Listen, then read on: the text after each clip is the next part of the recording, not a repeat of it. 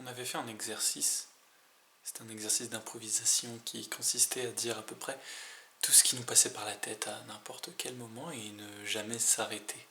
Ça durait un bon moment déjà. Et le truc, c'est que il était difficile de savoir combien de temps on mettait ou alors où est-ce qu'on en était. Il fallait voir tout ce qui nous passait par la tête. Je me souviens avoir dit des choses absurdes, et m'aider des gens du public était une des choses qui me servait. Et là, je me retrouve tout seul à chercher l'inspiration alors que tout ce que je vois c'est le retour de cette caméra en espérant que le cadrage ne soit pas trop mauvais. Est-ce que j'ai toujours eu des yeux comme ça? À la base, je voulais vous parler d'une histoire et avoir une vraie structure, mais pressé par le temps, il est difficile de chercher à dire les choses comme il faut. En plus, cette caméra ne découpe les enregistrements un peu comme les captations qu'on a au théâtre des ateliers. Le truc, c'est que je suis interdit de montage dans l'exercice et en disant à peu près tout ce qui me passe par la tête, je me rends compte à quel point je passe du temps à me justifier. C'est peut-être pas la bonne chose à faire. Est-ce qu'il y a une bonne chose à faire cependant? Je n'en suis pas sûr. En attendant, oui, je voulais vous parler de Jean-Paul Wabotaille, qui est un type fantastique que j'ai rencontré il y a quelques temps. Et là, j'ai déjà envie d'arrêter l'enregistrement parce que je me dis, mais Théo, tu ne peux pas lancer le nom de Jean-Paul Wabotaille comme ça, sans prélude, sans préambule. En plus, tu l'as écrit, le préambule. Donc, le préambule, à la base, je voulais vous parler donc du contexte, le contexte de ma rencontre avec Jean-Paul Wabotaille. C'est un type qui m'a dit pousse. Oui, je sais, c'est pas un super contexte. Si on veut reprendre plutôt, on va plutôt parler du lieu. On s'est rencontrés dans un endroit qui s'appelle Baume de Venise. Alors là, rien à voir avec Venise, rien à voir avec un baume, en tout cas pas que je sache. Il s'agit d'un petit village au fin fond de la France. En fait, quand on dit Baume de Venise, on le dit non pas comme un mot qui vous rappelle l'océan, le carnaval et toutes sortes de masques et de théâtres. Non, on le dit plutôt comme on dit Cas d'Olive, comme on dit le nom de mon village, à voix basse ou très fort pour s'en moquer, rigoler un bon coup sur le fait que personne ne sait où est Baume de Venise. Et même moi qui suis allé, je suis incapable de vous dire où est Baume de Venise. Tout ce que je peux vous dire, c'est que c'est un village qui est au fin fond de la Cambrousse, au milieu de vignes, si je me souviens bien, et qui me donnait l'impression d'être en perpétuelle montée, comme s'il était sur une butte. C'est un village à peine pittoresque. Mais il avait le mérite d'être là, et donc j'étais à Baume de Venise, et j'accompagnais ma mère à un stage de chant. C'était pas tout à fait un stage de gospel, elle organise des stages de gospel, mais je dirais que c'était un stage en compagnie de Jean-Paul Wabotaille, qui était donc venu faire une masterclass de chant. Une masterclass, ça fait de suite beaucoup plus stylé qu'un petit stage, mais c'est grosso modo la même chose, c'est court. Et donc j'étais avec un groupe de personnes, dont ma mère.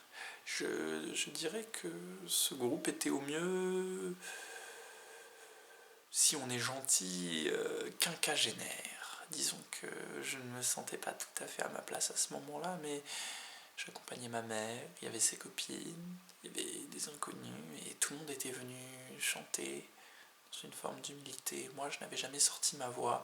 J'avoue que je ne sais pas si je l'ai encore fait, mais j'ai dû me mettre à chanter en public, ce qui n'avait encore jamais eu lieu. Et donc je me suis retrouvé face d'abord à ce groupe de quinquagénaires, parce que l'animateur était en retard d'une bonne vingtaine de minutes. Il a un certain flegme à ce niveau-là, Jean-Paul. Il est arrivé et toute toute la journée, il m'a dit de ne pas regarder l'heure. J'avais tendance à prendre mon portable et à regarder tout le temps mon écran pour savoir quelle heure il était, comme si j'avais besoin de surveiller les minutes qui passaient. C'est absurde, mais c'est comme ça que je fonctionne et je pense que je le fais encore aujourd'hui. Ça doit être une habitude que j'ai prise de l'école. Vous savez, à l'école, on n'a pas le droit de prendre son portable, mais on regarde quand même de temps en temps quand est-ce qu'on passera les premières 10 minutes, les deuxièmes, la 50e minute, et souvent celle qui est pleine d'espoir, où tu arrêtes d'écouter le cours et tu ne finis plus que par regarder ton portable, en espérant que le cours s'arrête et que tu puisses repartir. Et ça me l'a fait au collège, au lycée, et même à la fac, alors que supposément quand on est à la fac, on est là pour engranger des connaissances. Je pense que on est à la fac par choix, quelque part. Même si on se rend compte que beaucoup de personnes sont à la fac, non pas par choix, mais par absence de choix. Et j'ai toujours trouvé cet état paradoxal. Comme si l'absence de choix était un choix. Comme s'il y avait des gens qui avaient choisi de ne pas choisir et d'aller dans une voie de garage à l'université, alors que c'est censé être tout sauf une voie de garage, c'est censé être l'accès à la connaissance. Mais bon, entre la réalité et ce que devraient être les choses, quoi qu'il en soit, on se retrouve donc avec cet homme. Et comment vous le décrire? Disons qu'il est danseur, chanteur, peut-être musicien, comédien à son insu, peut-être. Et ce que l'on retient, c'est qu'il dégage une forme d'énergie, il est toujours là, et il est... Comment dire? Disons que ça passe par les yeux. Disons que quand il vous regarde les yeux grands ouverts. Et chez beaucoup de personnes, ça a quelque chose de flippant d'écarquiller les yeux, comme ça. Des fois on se dit, mince, ce n'est plus une personne, c'est juste un œil.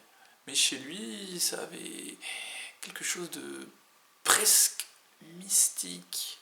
Disons que quand il vous regardait, on avait l'impression qu'il vous voyait. Qu'il était capable de regarder au plus profond de votre âme et de déceler une forme de vérité. Et moi, ça m'embête parce que je suis quelqu'un d'assez pudique et que la vérité qu'il y avait à déceler à ce moment-là, c'est sûrement que j'étais triste ou en colère. Sûrement parce que quand on est un jeune artiste comme moi, qui n'a pas encore fait énormément de choses et qui a encore tout à prouver, on a tendance à beaucoup s'auto-censurer et à vouloir le cacher, à faire du paraître, faire valoir son paraître. Et quand quelqu'un arrive à déceler que en fait tout ce que vous êtes, c'est un manque de confiance, beaucoup de colère, peut-être un manque d'amour, alors que en vérité je ne pense pas en avoir manqué particulièrement, mais c'est peut-être ça qu'il a vu. Quoi qu'il en soit, lui, dans ses yeux écarquillés, on voyait le blanc de ses yeux qui contrastait avec le noir de sa peau. Il y avait beaucoup de bienveillance, comme si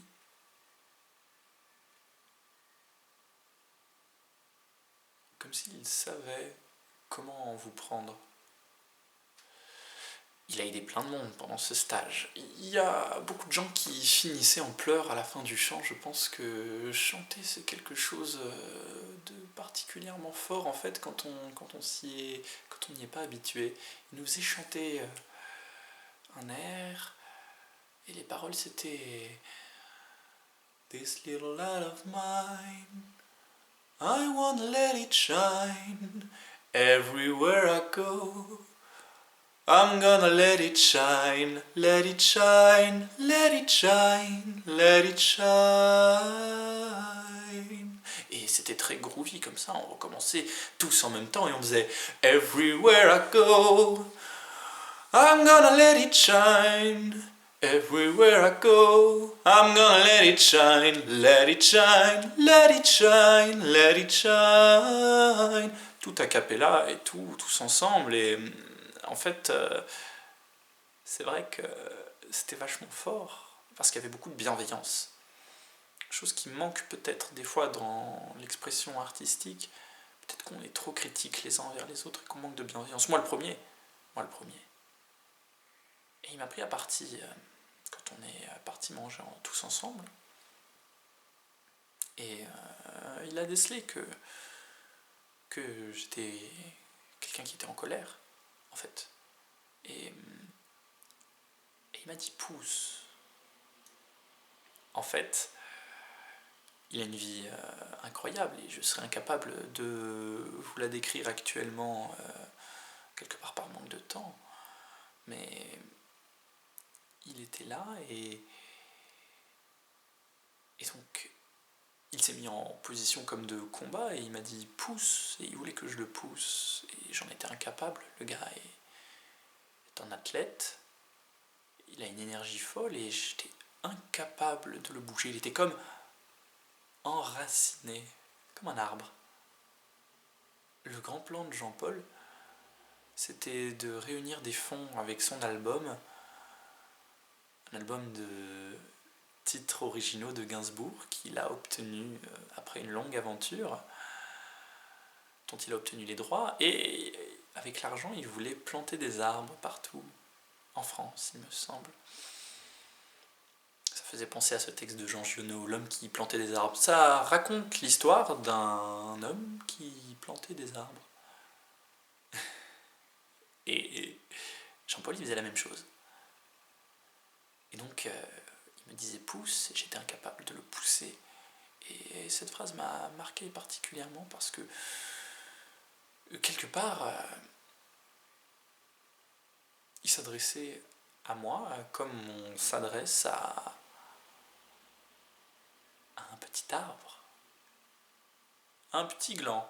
Comme si c'était un grand chêne qui parlait à un petit gland. Je pense que l'image est éloquente. Mais à moi, elle me parlait. Et j'essayais de le pousser, et j'en étais incapable, mais je pense qu'il me demandait aussi de pousser spirituellement, de grandir, de devenir un bel arbre, plus fort, plus droit, plus sûr de lui.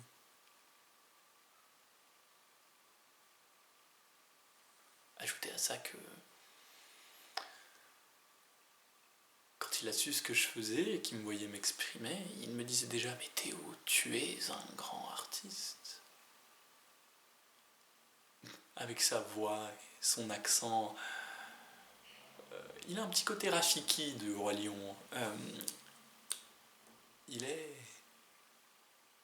nous fait prendre confiance en nous. En fait, moi, à ce moment-là, je l'ai cru.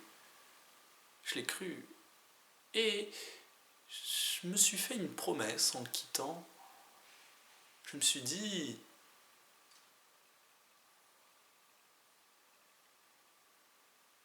que un jour j'allais pousser. C'est ça. Que j'allais grandir. Et que quand je serai grand, je pourrais aller le revoir. Et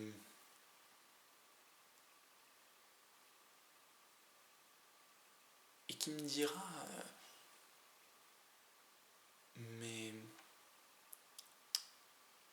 qu'est-ce que tu fais, Théo? Et moi, avec une fierté mal placée de celui qui croit être sage, je lui dirais, eh bien, Jean-Paul,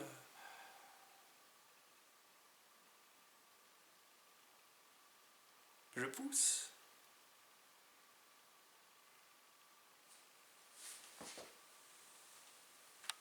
Je pousse.